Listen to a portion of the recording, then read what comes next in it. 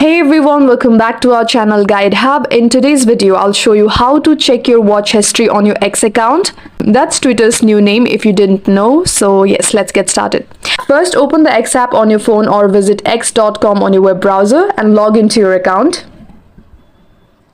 Now, currently X does not have a direct watch history section like YouTube, but there are two ways you can track what you have watched or interacted with. First, if you liked or bookmarked a video you watched, you can find it easily. To check, go to your profile icon, usually located at the top left corner of the screen, and tap on bookmarks.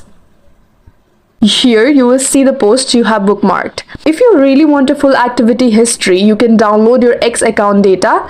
Here's how.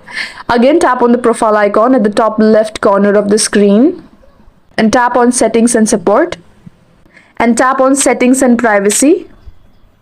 Now go to your account.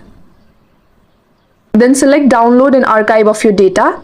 After you request and receive the file, you can find more detailed information about your activities. And that's it. Even though X does not have a classic watch history yet, these steps help you keep track of your activity.